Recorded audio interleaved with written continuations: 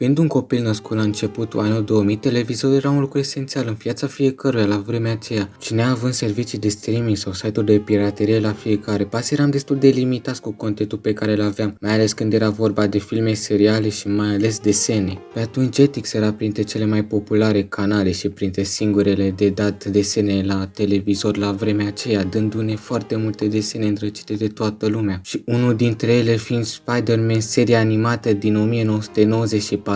Și pentru mine, cum este și pentru mulți dintre voi, serialul ăsta este modul prin care am fost introdus pentru prima oară în lumea fantastică, nu numai a lui Spider-Man, dar și lui Peter Parker. Într-un fel aș putea spune că m-am îndrăgostit de tot ce vine vorba de Spider-Man în acel moment, cu toate că pe atunci nu aveam idee ce se întâmplă mai exact în serialul acela, dar îmi plăcea la nebunie. Și cu timpul începuse să mă uit la alte animații, cum ar fi Spider-Man Unlimited, Spectacular Spider-Man, Ultimate Spider-Man, ca apoi mania mea, dacă pot să-i spui așa, vrând mai mult să consum content cu Spider-Man, am ajuns să văd filmele cu Tobey Maguire, pe care le-am adorat, apoi văzusem filmele cu Andrew Garfield, care sunt ok, primul mi-a plăcut, al doilea nu prea, și într-un final să văd și trilogia cu Tom Holland, care primul e ok, al doilea e un jec de film și al treilea este pe departe cel mai bun din serie, dar lăsând asta la o parte, pe lângă desene și filme, vreau să consum mai multe povești cu Spider-Man și locul cel mai bun de pot să consum povești cu Spider-Man este unde altundeva decât comics. Dar din păcate, pe lângă faptul că erau prea scumpe să le cumpăr și erau destul de confuze toate poveștile cu Spider-Man scrise de zeci de scriitori, unii mai buni, alții mai răi și n-aveau legătură deloc între ele. Comicsurile au în general problema asta cu toate poveștile astea care nu se leagă, schimbă într-una evenimentele, este destul de confuz cu ce ar trebui să încep, poate și de-aia a crescut atât de mult interesul pentru manga, că efectiv acolo pot să încep cu primul capitol și după câțiva ani am zis că vreau să încep de undeva și am căutat pe internet și am dat peste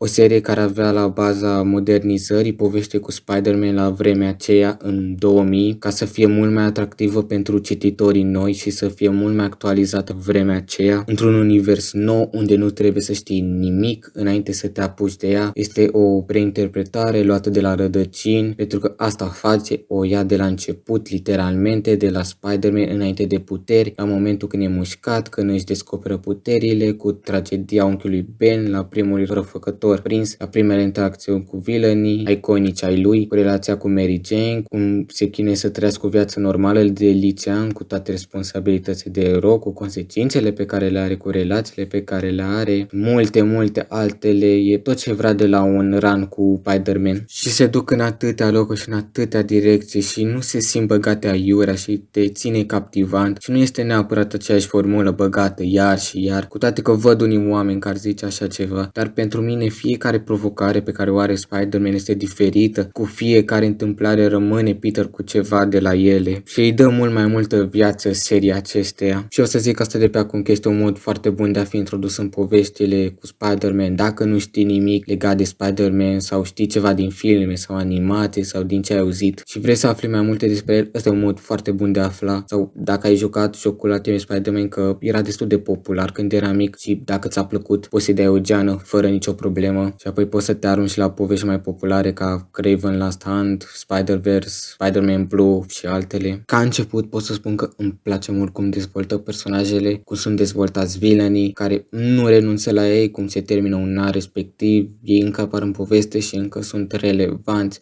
și continuă acea confruntare, nu neapărat literalmente, cu toate că o să ai destul de multe lupte aici, mai mult ideologia lor, că aproape toți antagoniștii au ceva personal, mai mult sau mai puțin, cu Spider-Man, cu Peter Parker, au ceva de împărțit la nivel personal și o face foarte interesantă chestia asta. Și evident nu este doar despre villain, este vorba și despre personajele pozitive, interacțiunea lor cu Spider-Man. Și ăsta e cel mai mare punct forte aici, personajele, cum să le vezi cum interacționează între ele, dinamica între ele, să vezi cum se schimbă fiecare, cum vor să ajungă mai departe în poveste. că seria asta este mai mult un character driving story, că nu ai o poveste anume, adică ai, dar genul ăsta de poveste nu merge neapărat dacă n-ai personaje interesante și toată dinamica între ele nu este interesantă, dar din fericire aici este. Și primul lucru care aș vrea să intru în detalii este începutul, cu care cred că știți mai cu toții despre ce este vorba. Probabil mulți dintre voi sunteți sătui de aceeași poveste spusă iar și vreți ceva nou. Promit că o să fie ceva nou, dar eu zic că trebuie să citiți începutul pentru că se leagă cu poveștile pentru mai târziu și aici este un lucru pe care zic eu că îl face foarte bine și este că îți dă din timp, adică vrea să construiască o poveste mare, vrea să te facă atașat de personaje și să înțelegi alegerile, adică tot ce am explicat eu mai devreme cu începutul nu se întâmplă într-un capitol, se întâmplă în 5 capitole de câte 24 de pagini, adică ai mult mai mult context aici, ai mult mai multă dezvoltare și prezentare a personajelor. Probabil aici cea mai mare diferență față de alte adaptări pe care le-am văzut eu este chiar unchiul Ben. Aici se simte mai mult ca un personaj față de celelalte adaptări, el fiind acolo doar să zică acea replică faimoasă și după moare ca să aibă Spider-Man creșterea lui de personaj, dar aici este prezentat mult mai mult această figură paternă care are rolul de model față de Peter. Este arătat ca cineva căruia chiar îi pasă și îl iubește și chiar dacă oare și pe mătușa mea care și îl iubește pe Peter, dar legătura dintre el și unchiul său este mult mai profundă și se vede asta și are o prezență înțeleaptă și o să vezi influența pe care o are asupra lui Peter pe tot parcursul comicsului și nu știu, mie unul mi-a plăcut foarte mult de personajul unchiului Ben și apoi vezi cum moare și am fost ceva de genul, da. Și normal, nu doar unchiul Ben este dezvoltat în comicul ăsta, mai sunt și Mary Jane, care în versiunea asta nu este o femeie ușoară care sare în brațe oricui bărbat din viața ei și îi tot frânge inima lui Peter ca în filmele cu Tobey Maguire sau este foarte enervantă ca în filmele cu Tom Holland. Nu, aici este o persoană mult mai loială și înțelegătoare cu Peter și îl susține în orice problemă ar avea. Și aici poți să vezi că cei doi sunt făcuți unul pentru altul și este foarte frumoasă toată relația dintre ei. Dar nu sunt doar lucruri bune în relația lor. În realitate, Mary Jane este foarte speriată cu toată chestia cu Spider-Man. Adică a avut un moment când a avut o cădere nervoasă din cauza faptului că nu poate să doarmă noaptea neștiind dacă iubitul ei ziua următoare o să supraviețuiască sau nu. Chestia asta îi provoacă mari probleme de stres, pe lângă faptul că are probleme cu tatăl ei abusiv și Peter fiind singura persoană dragă ei.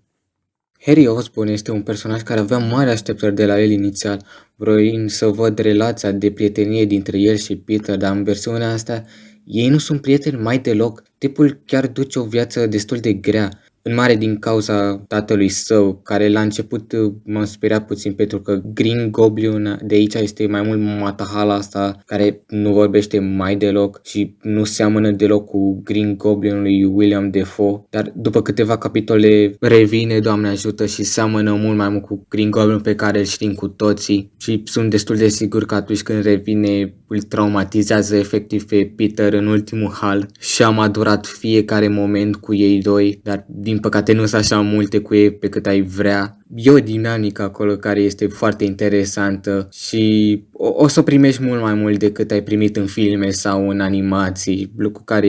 e bine primit din partea mea. Kingpin este un personaj care n-am crezut că o să apară atât de mult în seria asta și Kingpin aici este ceva de genul cum a fost cu Daredevil în serialul Daredevil de pe Netflix, dacă v-a plăcut. Așa că o să zic chestia asta de pe acum, că dacă ați văzut serialul și v-a plăcut dinamica între Kingpin și Daredevil, o să vă placă și aici dintre Kingpin și Spider-Man. Este aproape aceeași ca și acolo, la fel de bine făcută. Și apropo, apare și Daredevil aici și nu numai el, destul de multe personaje de la X-Men la Avengers, care aici au numele de Ultimates, care nu știu de ce se cheamă așa, dar ok, până la Fantastic Four și nu doar de partea de supereroi, dar și pe partea de villain ca Venom, Carnage, Morbius, Sandman. Sunt foarte multe personaje aici care sunt destul de siguri că le îndrăgiți. James Jonas Jameson apare și el destul de des în comicsul ăsta și este destul de mult dezvoltat, adică are un redemption arc, lucru care mi-a plăcut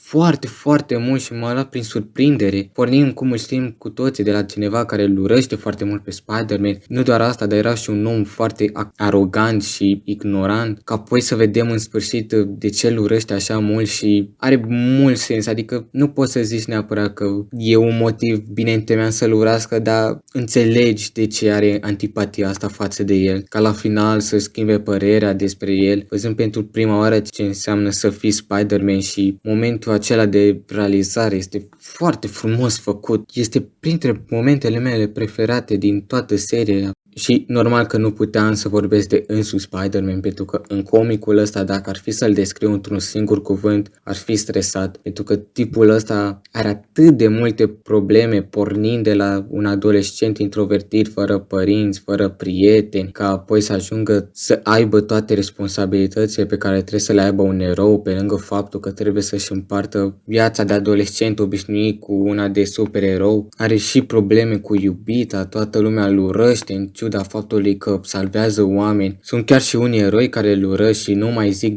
de câți răufăcători are care vor să-l omoare la fiecare pas. Fă grijă de mătușa lui, Nick Fury stă la pândă după el, că așteaptă să facă 18 ani ca să înroleze într-o echipă ca să poată să aibă control asupra lui. Și mai este și Jenna Jameson, care este obsedat de el și publică cât un articol de cât de rău este, numai ca să-i facă imagine cât mai urâtă și lucru care îl bântuie cel mai tare, fiind vina pe care o are asupra morții unchiului său. Este destul de imatur și încă nu-i conștient total de lucrurile din jurul lui. Și tot încearcă să facă ce este bine și să ajute oameni în continuare, cu toate că nu este deloc perfect. De multe ori este un bou cu ceilalți, este destul de rău când vine vorba de a fi un iubit, chiar foarte rău, și se supără destul de repede pe alții și este un moment când se întâlnește cu Tobey Maguire și îi spune cât de nașpa joacă și eram gen, damn son, dacă îi spui lui Tobey că joacă nașpa, chiar nu vreau să știu ce o să zici când o să-l vezi pe Tom Holland. Și este sătul de toată corupția din jur și cum mereu oamenii răi calcă pe cei buni și cum mereu cei buni suferă și cei răi nu pățesc nimic și toată chestia asta le enervează foarte mult. Și ar mai fi și discuția de cât de egoist este Peter, că mare parte din viața lui o petrece ca Spider-Man în loc să stea cu familia lui, cum vrea să facă atât de multe pentru alții, ajungând să se piardă pe sine și fiind super obosit psihic și fizic. Adică doar dați o pauză, omul are doar 16 ani și trebuie să le dau credite că Peter Parker aici chiar se comportă ca un adolescent, adică are multe probleme de furie, este foarte sensibil de părerea oamenilor legată de el și având toate chestiile astea, el nici măcar n-a vrut să aibă responsabilitățile astea în primul rând, dar asta e toată și chestia, că vezi povestea unui băiat care devine bărbat și încearcă să fie o persoană mai bună în fiecare zi, chiar și dacă de multe ori nu iese și tot încearcă să fie mai bun. Și asta a vrut Stan Lee de la Spider-Man încă de la început, să fie plin de defecte, ca oamenii să se regăsească în personajul lui și să le arate că încă există speranță și nu este sfârșitul lumii dacă o dai în bară. Dar oricum, cred că o să mă opresc aici. Clipul ăsta a ținut mai mult decât aș fi crezut, dar e destul de mult de vorbit de seria asta și nu știu dacă o să-i fac destulă dreptate și nu vreau să ajungă plictisitor clipul. Asta dacă n-a ajuns deja și prin asta, dacă ai ajuns aici, mulțumesc. Sper că ți-a plăcut. Ador destul de mult comicul ăsta și am ținut morții să fac un clip despre el. Cu toate care minusuri, că nu este deloc o serie perfectă și poate finalul nu o să vă placă, că este puțin ambigu și după seria revine sub același nume, doar că e scrisă în 2009 cu un alt desenator și nu știu, n-am citit-o, dar nu prea-mi place deloc cum este desenată și după continuă cu Myers, dar nu-ți bate capul, doar rămâi la asta, seria originală, poți să o citești și pe următoarele dacă vrei, dar nu știu, rămâi la seria asta și bucură-te de ea.